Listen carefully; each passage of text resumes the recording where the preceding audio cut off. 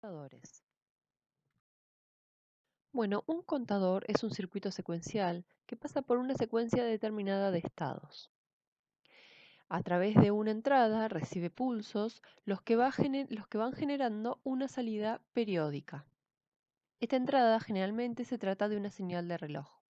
La secuencia que sigue el contador puede ser binaria o puede ser cualquier otra secuencia de estados que quisiéramos implementar.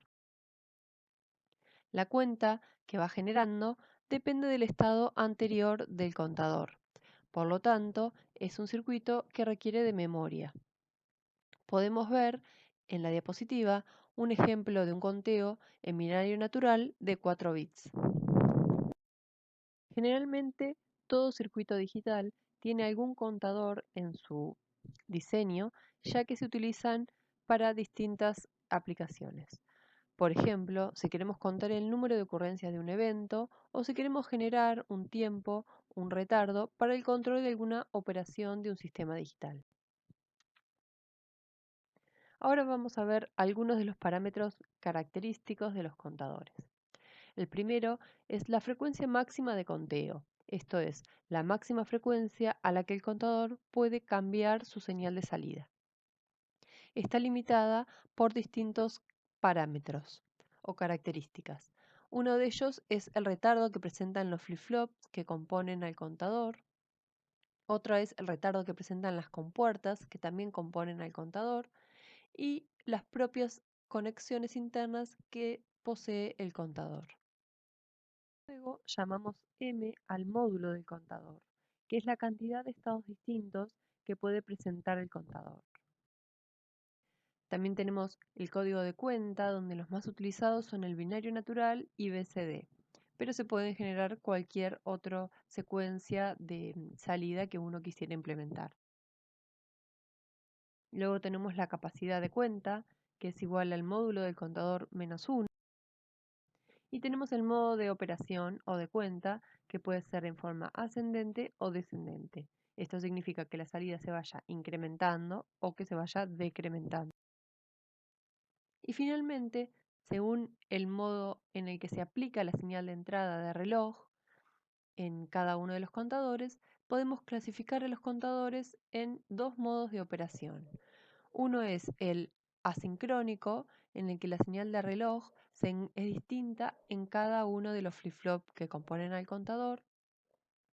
Y el otro modo de operación es el sincrónico o paralelo, en el que la señal de reloj que se aplica a los flip-flop es la misma, se aplica a todos en forma simultánea.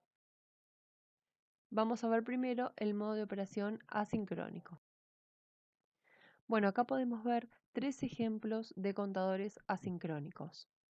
Fíjense que en todos los casos estamos utilizando flip-flop JK que tienen sus entradas J y K conectadas a 1. Esto significa que cuando reciban el flanco de clock, su salida va a invertirse.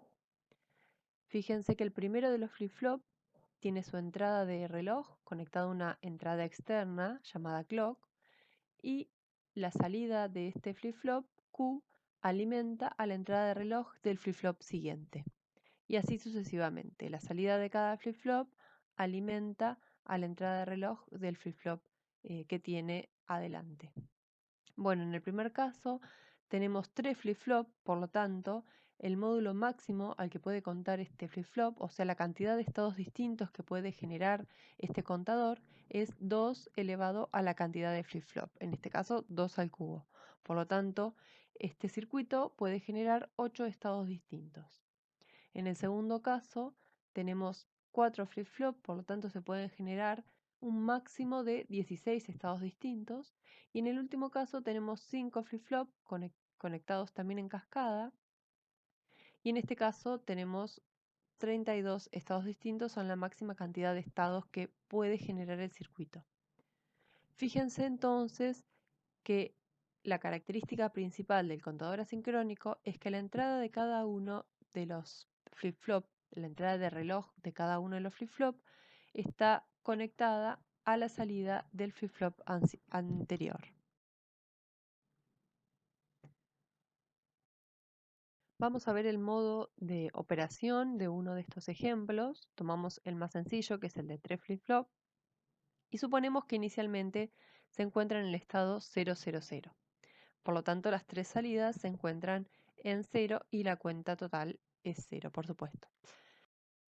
El flip-flop recibe un flanco de reloj descendente, cambia su estado ya que sus entradas J y K se encuentran conectadas al valor 1, por lo tanto, el primer flip-flop toma el valor de 1 y los otros dos flip-flops siguientes siguen con el valor 0 ya que no recibieron ningún flanco. Entonces pasamos a la cuenta 1, el estado 001. Luego, en el siguiente flanco de clock, el flip-flop 0, el primero, vuelve a tomar el valor 0 ya que recibió otro flanco de clock. Esto genera un flanco descendente en la entrada del flip-flop 1. Entonces el flip-flop 1 cambia su estado ya que sus entradas J y K, como dijimos, están conectadas a 1. Y el flip-flop 2 sigue en su estado 0. A la salida entonces tenemos el estado 010, que es el número 2 en binario. En el siguiente flanco de clock, nuevamente el flip-flop 0 vuelve a cambiar su estado. El flip-flop 1 mantiene su estado porque no recibió ningún flanco y el flip-flop 2 mantiene también su estado, generando el estado 011.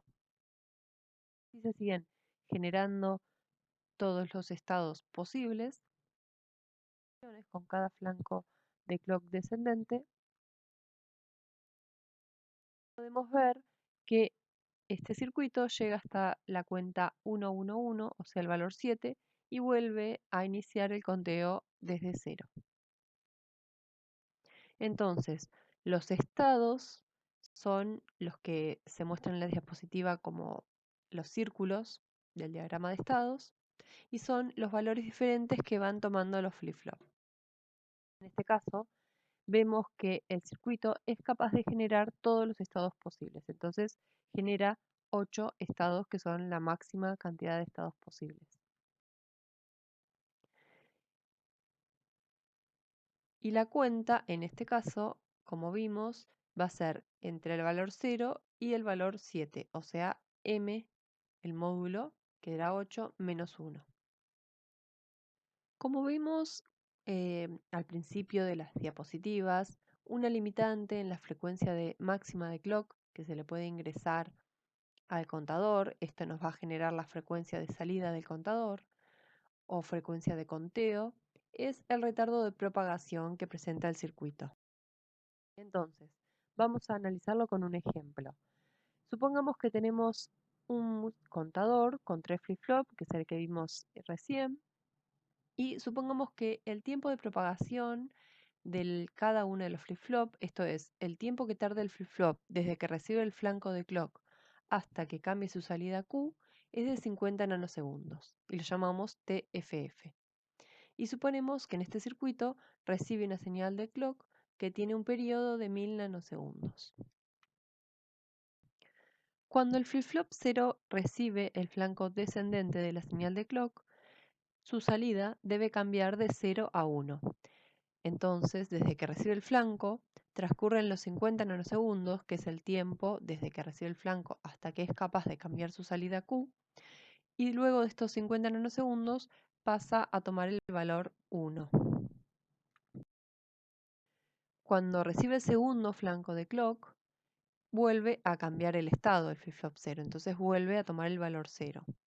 Esta transición del flip-flop 0 genera el flanco descendente que necesita el flip-flop 1 para cambiar de estado, ya que es la señal de reloj del flip-flop 1. Entonces, si contamos desde la señal de clock, desde el flanco descendente de la señal de clock hasta que el flip-flop 1 cambió su salida, vamos a tener en cuenta que son 10 nanosegundos, o sea, el tiempo que le tomó a la señal atravesar el flip-flop 0 y el flip-flop 1. Bueno, luego de dos transiciones del clock de entrada, volvemos a tener otro flanco descendente del flip-flop 0. Esto genera que el flip-flop 1 cambie nuevamente su estado al valor 0. Entonces, este flanco descendente del flip-flop 1 genera la transición para que el flip-flop 2 cambie su estado a 1.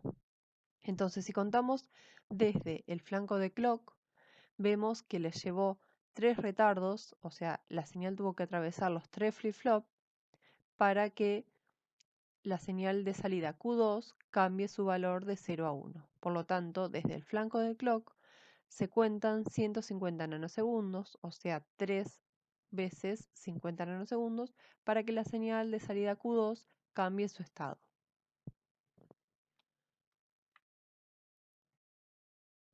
Si este tiempo es demasiado grande, se extiende y se vuelve comparable al periodo de la señal de clock, ahí vamos a tener un problema.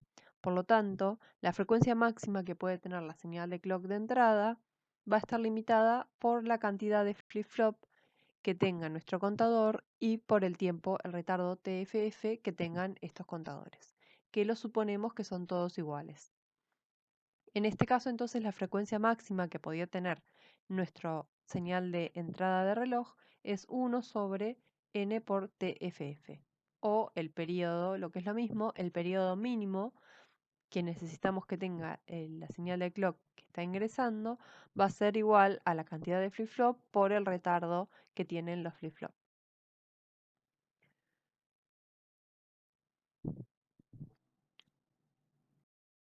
Entonces, el retardo de propagación o retardo acumulativo máximo que tiene un contador asincrónico tiene que ser menor que el periodo de la señal de reloj.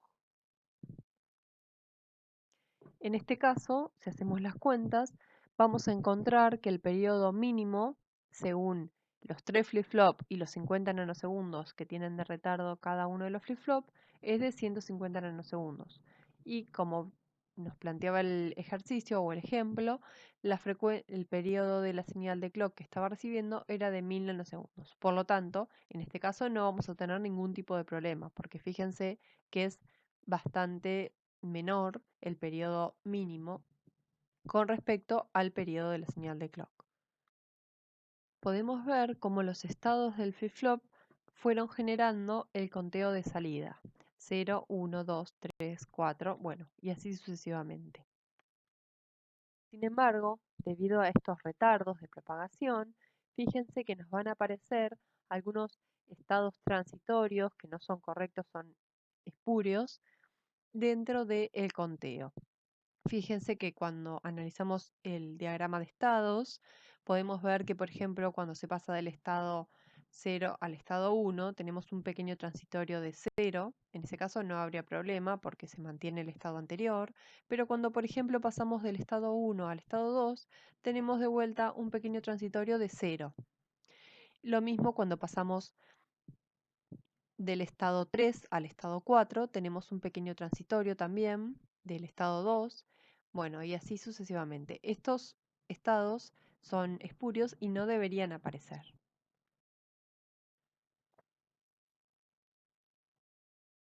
Vamos a ver otro ejemplo, a ver qué pasa en este caso en el que nos dicen que el tiempo de propagación de cada flip-flop es de nuevo 50 nanosegundos, pero en este caso el periodo de la señal de reloj que está ingresando a nuestro contador es de 100 nanosegundos, bastante menor que la que vimos en el ejemplo anterior.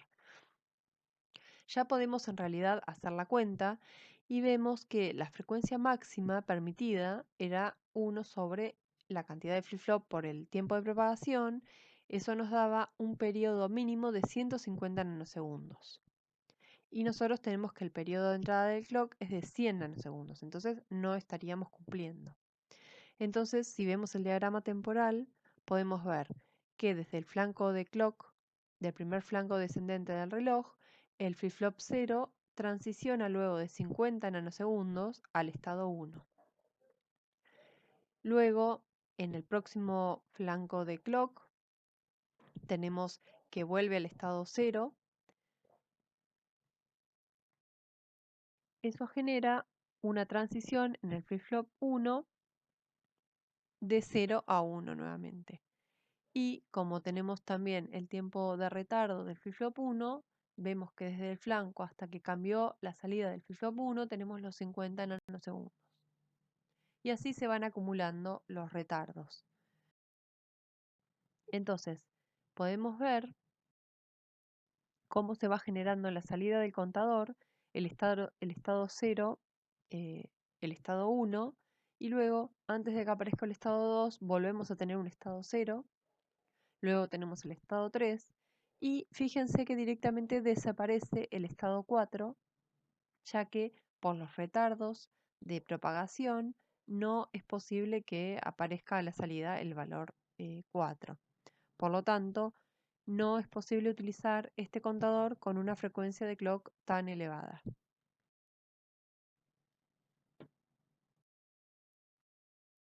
Vimos que la cantidad de estados máximos que puede generar un circuito contador asincrónico estaba determinada por la cantidad de flip-flop que contenía. Por ejemplo, si tenemos un contador con 3 flip-flop, como el que vemos en la figura, sabemos que la máxima cantidad de estados que puede generar es 8, o sea, 2 al cubo. En alguna situación podemos querer que el contador no cuente estos 8 estados, o sea, del 0 al 7, sino truncarlo en algún módulo menor. Entonces, como podemos ver en el ejemplo, tenemos el contador con 3 flip-flop que nos generarían una salida de 0 a 7, y nosotros quisiéramos quizás que cuente con un M5, por ejemplo, que cuente de 0 a 4 y que vuelva a repetir esta secuencia. Es posible entonces diseñar o modificar el circuito para que nos genere la secuencia de salida con un módulo menor que el máximo. Típico de los contadores con secuencia truncada es el módulo 10. Esto es cuando queremos generar contadores que cuenten de 0 a 9 para generar un conteo decimal, que es la base en la que estamos acostumbrados a trabajar. A estos contadores se los denomina contadores de décadas. Entonces, ¿cómo hacemos para obtener la secuencia truncada? Es necesario que forcemos que el contador se reinicie a partir de cierto valor. Cuando vayamos a analizar entonces un circuito contador, tenemos que tener en cuenta que el módulo del contador va a depender de los flip-flop y también de la forma en la que están conectados. Vamos a ver el método de cómo diseñar un contador asincrónico que tenga módulo menor que el máximo, o sea 2 a la n, con un ejemplo. Vamos a diseñar un contador que tenga módulo 6. Entonces, el primer paso, lo primero que tenemos que hacer es analizar o determinar el número de flip-flop que necesitamos para el contador. Entonces, despejando de los límites, tenemos que el módulo tiene que ser mayor que 2 a la n-1 y menor o igual que 2 a la n. Despejando, sacamos que la cantidad de flip-flop en este caso es 3. Bueno, podemos ver cómo conectaríamos los 3 flip-flop, los llamamos A, B y C. Fíjense que en este caso la señal de clock está ingresando por la derecha y la salida del contador se tomaría de las salidas de cada uno de los 3 flip-flop. Entonces conectamos la salida del flip-flop a la entrada del clock del flip-flop B y lo mismo para el flip-flop C. Bueno, el segundo paso es conectar una compuerta NAND a las entradas asincrónicas de clear de los 3 flip-flop. El tercer paso es determinar cuál es el valor en el que vamos a tener que reiniciar el conteo. Entonces buscamos cuál es el valor, cuáles son las salidas de los flip-flop que tienen que estar en alto para que cuando se llegue a este valor. Entonces, este valor va a ser n+1, o sea, el máximo al que queremos contar más 1. Ese es el que tenemos que detectar y resetear todos los flip-flop. Bueno, en este caso, como el módulo es 6, nuestro contador va a contar entre 0 y 5, entonces n es el máximo valor al que llega a nuestro contador, que es 5, y n+1 es 6.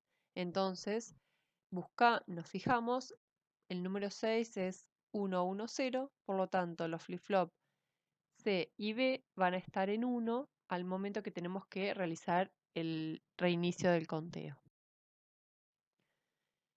Bueno, entonces conectamos las salidas de los flip-flop B y C a las entradas de la compuerta NAND. Entonces, cuando estos dos flip-flop tengan su salida en 1, la compuerta NAND va a generar un 0, el cual va a resetear a los 3 flip-flop. Entonces, fíjense, como podemos ver a la izquierda, cómo es el conteo. 0, 1, 2, 3, 4, 5, y cuando se genera la salida 6, se reinicia em, en la cuenta. Bueno, acá podemos ver el diagrama de estado, donde están los 6 estados por los que va a pasar nuestro contador, que son las 6 salidas. Y fíjense que punteado se encuentra el estado 6, porque va a ser un estado transitorio muy pequeño, porque apenas la compuerta NAND detecte los dos unos, se va a resetear los flip-flop y se va a ir de vuelta al estado 0. Lo mismo sucede en caso de que por alguna razón el contador cayera en el estado 111. En ese caso, de vuelta, siempre que los flip-flop B y C estén los dos en 1, se va a reiniciar la cuenta. Bueno, ahora vamos a analizar cuál es la máxima frecuencia de clock que le podemos ingresar a nuestro contador, o sea, cuál va a ser la máxima frecuencia de conteo de nuestro contador. Cuando teníamos para los contadores que contaban con el módulo máximo, o sea que contaban 2 a la n estados, ya analizamos que la frecuencia máxima del contador estaba determinada por la cantidad de flip-flop que tenía nuestro contador y por el retardo de los flip-flop. Pero bueno, en este caso va a cambiar porque tenemos una compuerta y vamos a analizar entonces a ver qué es lo que pasa. Vamos a hacer el análisis sobre el contador que acabamos de diseñar y vamos a ver primero cuáles son los retardos que tenemos que considerar. TFF, como ya vimos antes, es el retardo que tienen los flip-flop, que consideramos que los 3 flip-flop tienen el mismo retardo, desde el instante en que reciben el flanco activo y el tiempo que tardan en cambiar su salida. Luego tenemos que considerar el tiempo TFF clear, que es el tiempo que demora los flip-flops en recibir la instrucción de que tienen que resetear su salida, o sea, la entrada clear la reciben en 0, cuánto tiempo tardan en que su salida tome el valor de 0. Finalmente, tenemos el tiempo TNAND, que es el retardo que tiene la compuerta NAND desde que alguna de sus señales de entrada cambia, cuánto tarda en reaccionar su salida. Para hacer el análisis vamos a ver el diagrama temporal. Tenemos la señal de clock que está ingresando al primer flip-flop, al flip-flop que llamamos A, y fíjense que la salida, este flip-flop como tiene las entradas J y K conectadas a 1, cada vez que recibe un flanco descendente, invierte su salida. La salida entonces de este flip-flop está desfasada un tiempo TFF o retrasada un tiempo TFF con respecto a la señal de clock. O sea, un tiempo TFF luego de cada flanco de la señal de clock, el flip-flop A invierte su salida. Luego tenemos la salida del flip-flop B, que como su entrada de clock es la señal A, o sea, la salida del flip-flop A, luego de cada flanco descendente del flip-flop A, tiene una demora igual que antes de TFF, que es el tiempo que tarda la señal en propagarse por el flip-flop, y cambia su, eh, su salida. De vuelta, y como ya vimos antes, todas las entradas JK al estar en 1, siempre que recibe un flanco descendente, invierte su salida. Entonces podemos ver en el gráfico que con respecto a su entrada de clock, que es la salida del flip-flop A, la demora o el retardo en los cambios del flip-flop B es de vuelta TFF. Si consideramos ahora desde la señal de clock, cuánto tarda la señal B, o sea, la salida del flip-flop B en invertirse, en reaccionar, vemos que el retardo ahora es 2TFF, porque atraviesa el primer flip-flop. Y finalmente tenemos la salida del flip-flop C, que cuya entrada de clock es la salida del flip-flop B, por lo tanto cada flanco descendente del flip-flop B se demora TFF en invertir su salida. Si consideramos a partir de la señal de clock, vemos que la demora en invertir la salida del flip-flop C es 3 veces TFF, porque tiene que atravesar los 3 flip-flops. Esto es muy parecido a lo que ya vimos antes. Bueno, ahora vemos cómo es el conteo. En este caso, vemos que el contador, perdón, cuenta, primero valen las 3 salidas de los 3 flip-flops 0, luego el flip-flop A toma el valor 1, entonces tenemos la cuenta de 1, luego 2, 3, 4, 5, y fíjense, en el estado 5, el flip-flop A está en 1, pero B y C están en 0 y en 1 respectivamente. Entonces, cuando tienen que transicionar al estado 6, que es cuando se va a detectar la señal de reset, el que tiene que cambiar, el flip-flop que tiene que reaccionar es el flip-flop B, porque el flip-flop C ya estaba en 1. Entonces, de las entradas de la compuerta NAND, la que tiene que cambiar es la entrada del flip-flop B, la salida del flip-flop B que entra a la NAND, ¿no? Eso lo podemos ver en rojo en la figura. Entonces, si consideramos desde el flanco de clock, de la señal de clock de entrada, desde que aparece la señal de clock hasta que la entrada de la compuerta NAND cambia, ese tiempo es 2TFF. O sea, desde el sexto flanco descendente de la señal de clock de entrada, después del tiempo 2TFF, en ese instante cambia la entrada de la compuerta NAND. Entonces, a partir de ahí, la compuerta NAND ya sabe que tiene que hacer un reseteo, o sea, recibe la señal, se tiene que propagar a través de ella para generar el reseteo.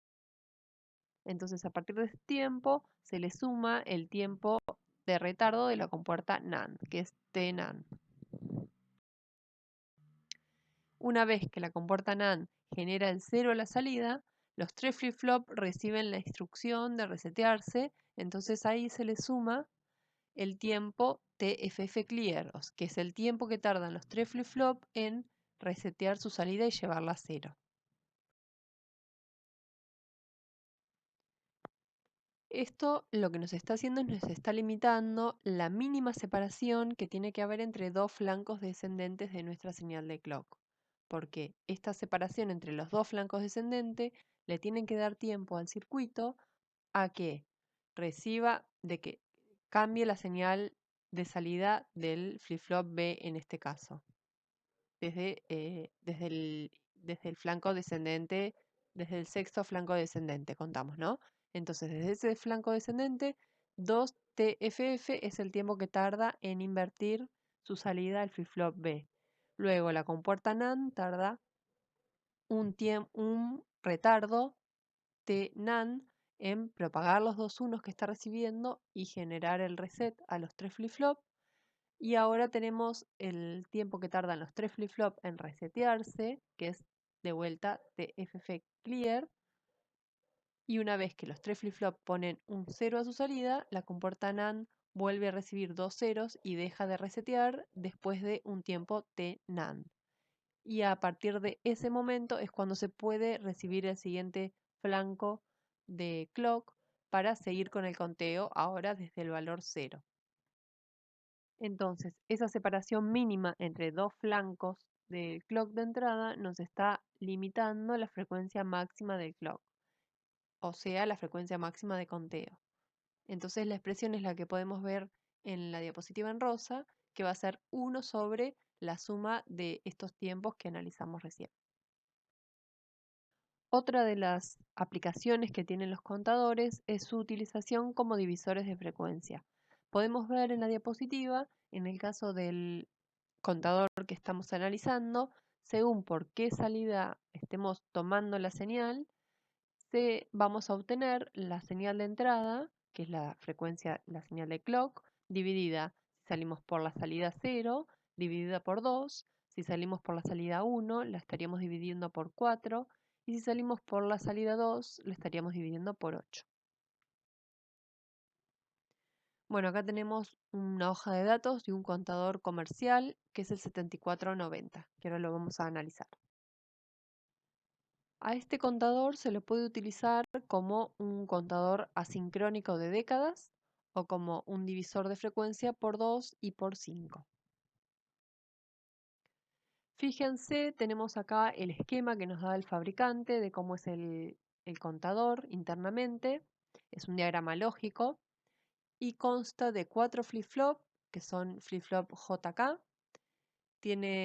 Estos flip-flop no están indicados, pero tienen en la parte superior la entrada asincrónica de set y en la parte inferior la entrada asincrónica de reset. Las dos son activo bajo. En este diagrama tampoco está mostrado, pero está escrito en la hoja de datos, así que si ustedes después lo analizan lo van a encontrar.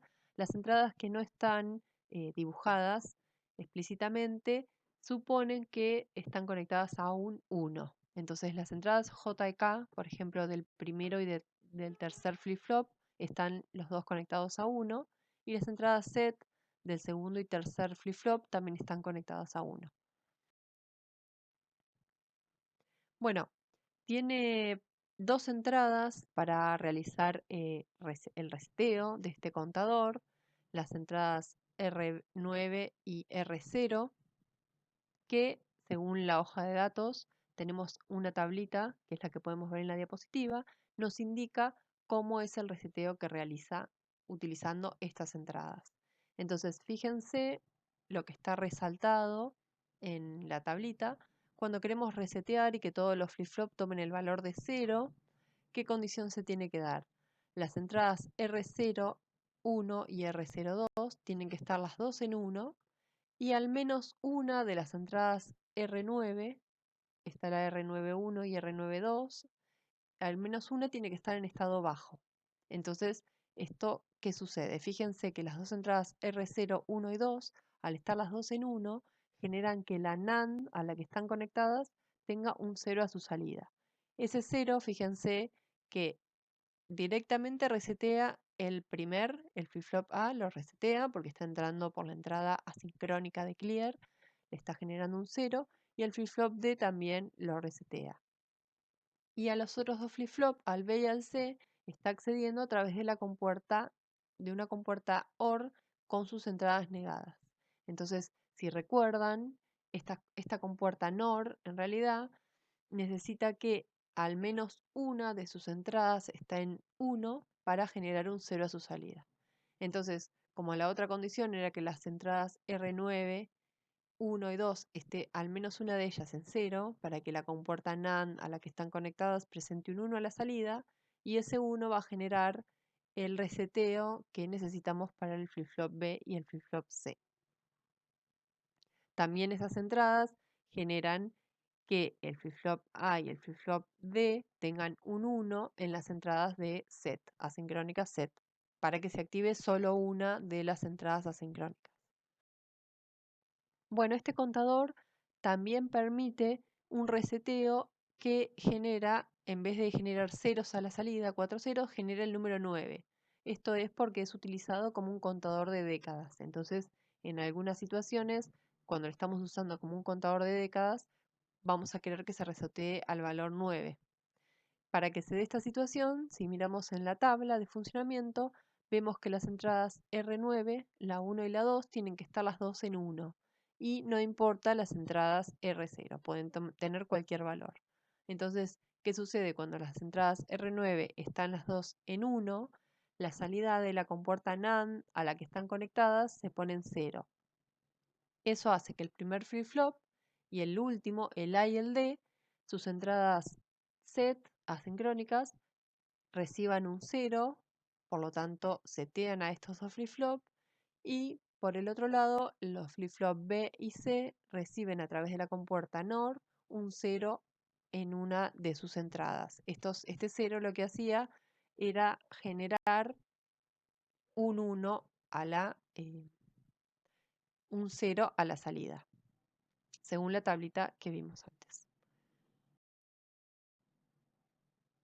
Bueno, y finalmente, para poder realizar el conteo normal, lo que necesitamos es que las entradas asincrónicas estén deshabilitadas. Entonces, la condición para que las entradas asincrónicas estén deshabilitadas y no interfieran en el conteo normal del contador, según podemos ver en la tabla, necesitamos que al menos una de las entradas R9 y R0, al menos una esté en cero.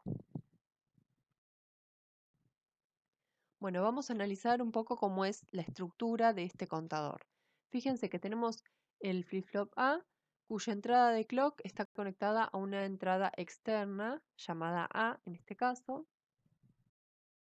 Luego tenemos otra entrada externa de clock, que es llamada B, que alimenta las entradas de clock del flip-flop B y del flip-flop D, del segundo y del último. Luego tenemos que la señal de salida del flip-flop B, o sea QB, alimenta a la entrada de clock del flip-flop C y también alimenta a la entrada J a través de una compuerta AND del flip-flop D. Luego tenemos que la salida del flip-flop C, o sea QC, alimenta a la entrada J del flip-flop D a través de la compuerta AND. Entonces el flip-flop D, su entrada J, tiene una compuerta AND que recibe la salida del flip-flop B y del flip-flop C.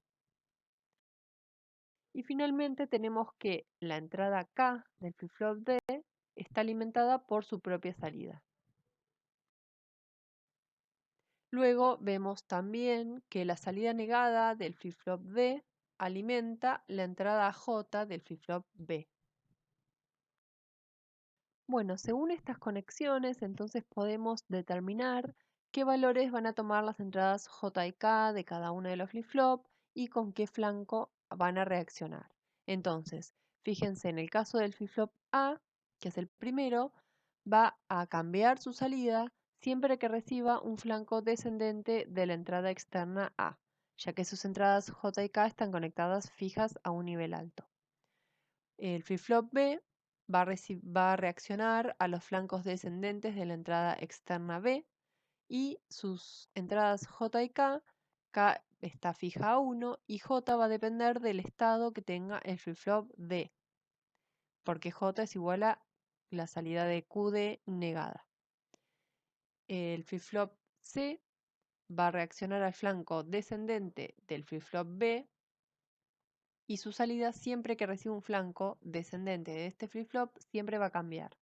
Y finalmente, el flip-flop D va a reaccionar, igual que el flip-flop B, al flanco descendente de la entrada externa B y sus entradas J y K, en este caso J, depende de las salidas de el flip-flop C y el flip-flop B. Es una AND entre estas dos salidas. Entonces, únicamente cuando el flip-flop C y el flip-flop B estén los dos en 1, en ese caso la entrada J va a tomar el valor de 1. Y por su parte la entrada K depende de él mismo, de su estado anterior. Bueno, para que este circuito funcione como un contador de décadas, un contador asincrónico de décadas, que es una de sus funcionalidades, podemos ver en la hoja de datos que se necesita hacer una conexión entre la salida del flip-flop A, conectarla a la entrada externa B. Entonces, de esa forma, ahora los flip-flop B y D, que dependían de ese flanco de clock, ahora van a depender de la salida QA, de que haya un flanco descendente en la salida QA. Bueno, vamos a hacer un análisis temporal a ver cómo funciona este circuito. Inicialmente suponemos que se encuentran en el estado 0, todas sus salidas están en 0, por lo tanto está contando el primer valor. Cuando llega un flanco descendente de la entrada de clock A, el flip-flop A cambia su salida, ya que sus entradas J y K estaban conectadas a 1, y el resto de los flip-flop por ahora no se enteran. Entonces, ahí vemos que estamos contando el valor 1.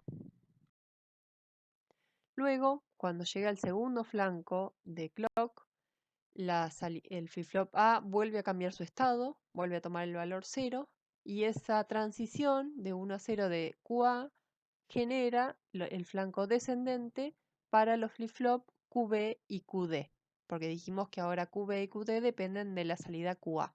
Entonces, QB va a cambiar, bueno, tenemos que analizar. En este caso, K ya vimos que en el flip-flop B estaba fijo a 1 y J depende del flip-flop D, que en este caso vale 0 porque era su condición inicial, entonces Q denegado vale 1. Por lo tanto, el flip-flop B cambia su valor de salida, toma el valor de 1. Y el flip-flop D, que es el otro flip-flop que reacciona a la salida QA, depende, entonces habíamos dicho la entrada J dependía de QC y QB, pero como al menos una de ellas, por ejemplo QC está en 0, su entrada J está en 0 en ese instante. Y su entrada acá también está en 0 porque era su estado anterior. Así que el flip-flop D no cambia su valor. Bueno, podemos ver que se generó con estos cambios, se generó la cuenta 2. Ahora recibimos el tercer flanco descendente de clock. Nuevamente el flip-flop A vuelve a cambiar su estado, toma el valor de 1 y como el flip-flop A no generó ningún flanco descendente, no hay ningún otro cambio. Vemos que durante este periodo de clock se genera el valor 3, la cuenta 3. Bueno, llega el cuarto flanco descendente del clock externo, el flip-flop A vuelve a cambiar su salida, por lo tanto genera un flanco descendente que provoca que el flip-flop B cambie su valor, ya que en este flip-flop las entradas J y K en este caso están las dos en 1, siguen las dos en 1 porque el estado del flip-flop D sigue en 0, entonces vuelve a cambiar su estado. Entonces QB toma el valor de 0. Y por su parte QD dependía de J, que J era la operación AND entre el flip-flop C y el flip-flop B, pero sigue estando en 0 porque el flip-flop C estaba en 0. Y su entrada acá también sigue en 0 porque su estado anterior era 0. Así que el flip-flop D sigue sin cambiar. La transición descendente del flip-flop B genera también el flanco para que el flip-flop C pueda cambiar su estado. Entonces, ¿qué pasa? El flip-flop C dijimos que siempre cambiaba porque tiene sus entradas conectadas a 1. Por lo tanto, con el flanco descendente del flip-flop B se genera un cambio en el flip-flop, en la salida del flip-flop C también. Entonces, ¿qué vemos? Que en este periodo del clock se genera el valor, la cuenta 4. Bueno, y así sucesivamente, ustedes lo pueden seguir analizando. Vamos a suponer que siguió transcurriendo el tiempo y estamos en la situación en la que el estado del contador es el valor 9. El flip-flop A tiene el valor 1, el B y el C tienen valor 0 y el flip-flop D tiene el valor 1 en este instante. Bueno, estamos ante esta situación y llega un flanco descendente. ¿Qué sucede? El flip-flop A vuelve a cambiar su valor, eso ya lo sabemos. Siempre cambia su valor, o sea, toma el valor de 0 y genera el flanco descendente que puede llegar a ocurrir un cambio en el flip-flop B y en el flip-flop D.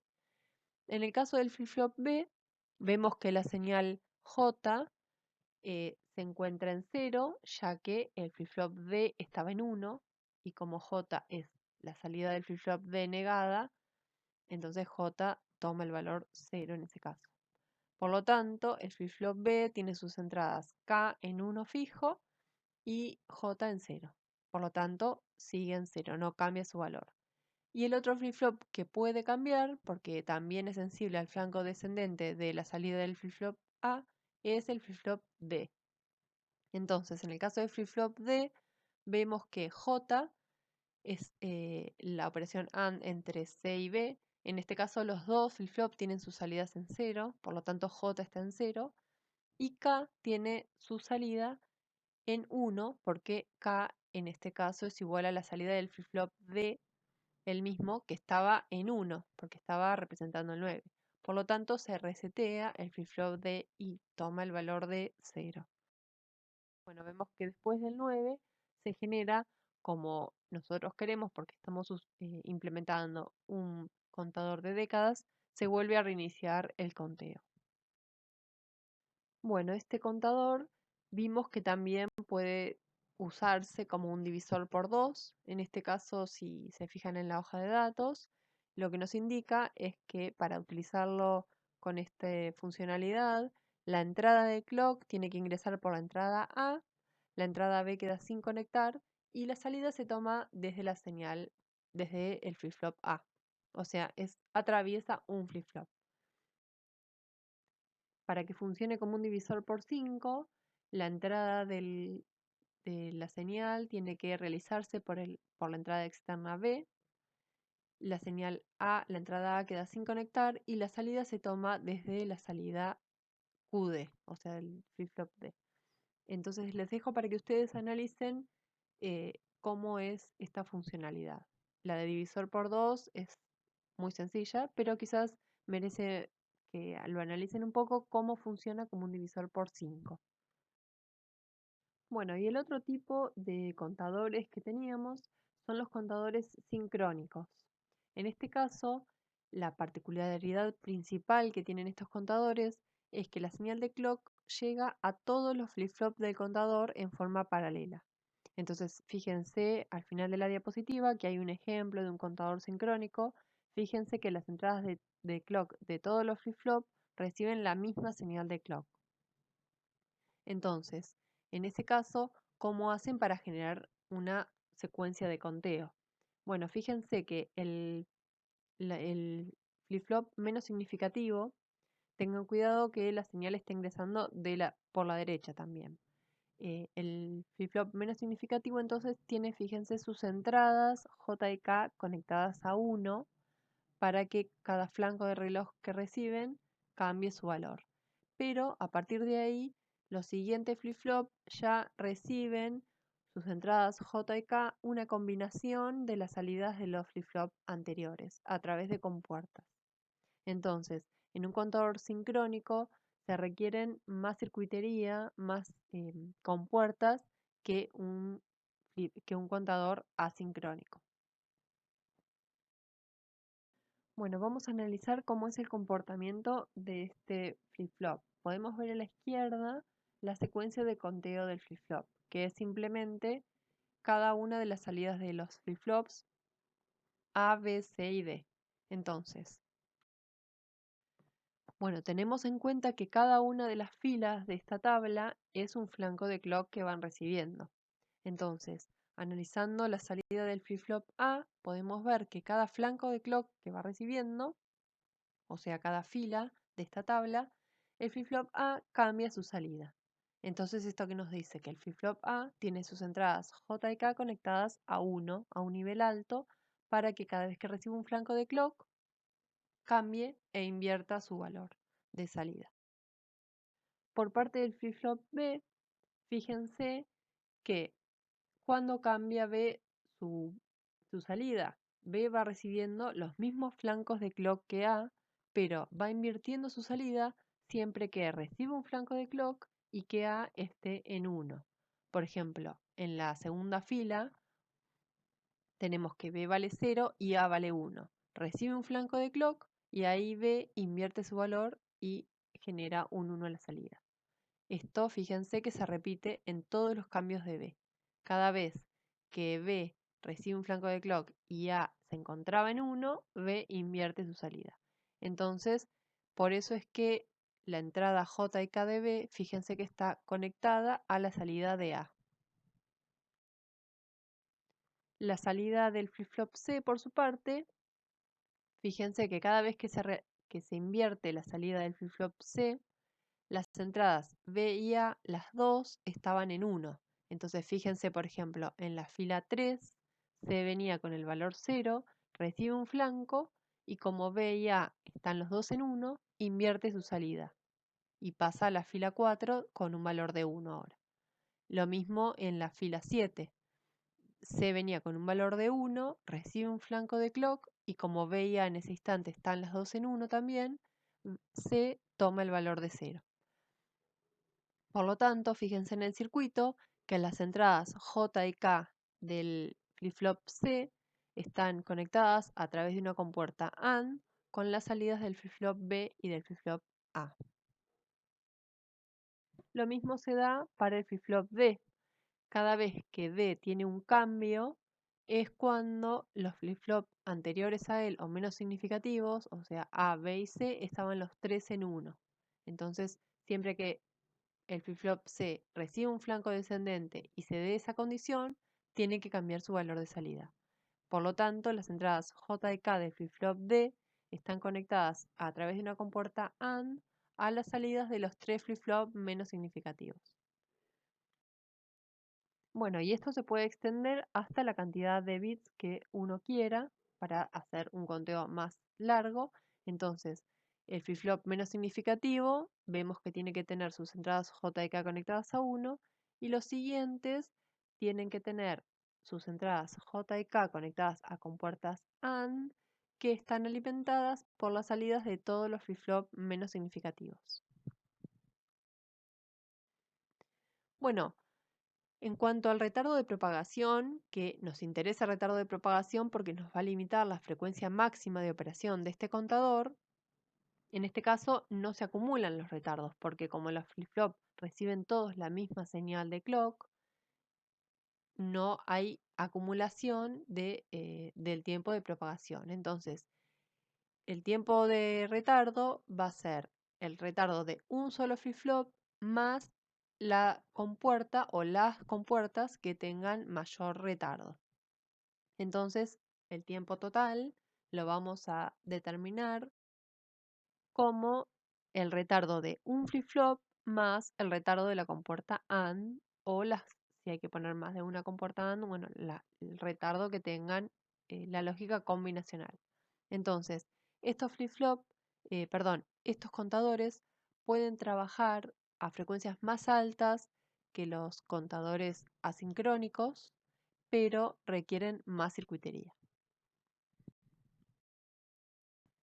En el caso de los contadores sincrónicos, es equivalente a los contadores asincrónicos cuando queremos diseñarlos con un módulo menor que el máximo, que el 2 a la n. Se agrega de forma equivalente la compuerta NAND analizando con cuyas entradas son los flip-flop que tienen que estar en 1 cuando se dé el conteo que queremos resetear. Pero en este caso no vamos a estar tan restringidos con los tiempos, ya que siempre el retardo va a ser un tiempo de flip-flop, la compuerta y luego el tiempo de respuesta de un flip-flop. Bueno, cuando queremos comprar algún contador comercial, tenemos distintas características que nos van a informar los fabricantes según qué necesidades tenemos, ¿no? Entonces, la primera de estas características es el preajuste, los contadores que permiten un preajuste. Esto se refiere básicamente a la carga que vimos como carga en paralelo en los registros. Bueno, nos permite un contador que nos permita realizar esta carga paralela para que la cuenta se inicie a partir de un valor dado. Esto se puede realizar, como ya vimos con los registros, de forma síncrona o asíncrona. Luego tenemos la propiedad de que sea reversible, o sea que cuente en forma ascendente o descendente, que permite una entrada de borrado, o sea que nos resetee al contador, que permita que genere una salida de arrastre. Esto nos permite concatenar contadores y hacer cuentas más grandes, o sea, hasta mayores números. Y también nos dan unas entradas de habilitación, tanto para habilitar el conteo o para habilitar la salida de arrastre. Bueno, acá tenemos tres contadores comerciales, que son el 74160, que es un contador sincrónico de décadas y que permite un preajuste también sincrónico, o sea, permite que el usuario ingrese el valor desde el que quiere que se comience la cuenta de forma sincrónica. Luego tenemos el 74161, este es un contador sincrónico módulo 16, que de vuelta también tiene un preajuste sincrónico. El 74190 es un contador sincrónico módulo 10 y módulo 16. Y es reversible, permite realizar cuentas ascendentes o descendentes y también tiene un preajuste en este caso asincrónico. Bueno, acá tenemos el otro circuito contador comercial, 74192. Es un contador reversible, lo que significa que nos permite contar en forma ascendente y descendente, pero BCD es en este caso. Tiene dos entradas de reloj, una para realizar la cuenta ascendente y otra para realizar la cuenta descendente.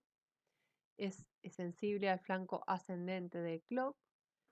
Tiene una entrada para resetear el contador en nivel alto, que es síncrona, y inicializa desde el número que el usuario quiera, porque también permite ingresar un valor para el inicio de la cuenta.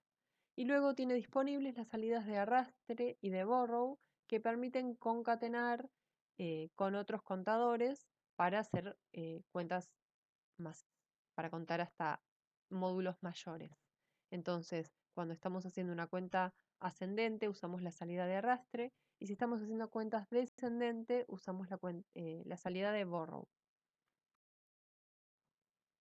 Bueno, y finalmente vemos cómo es la decodificación de estados de estos circuitos.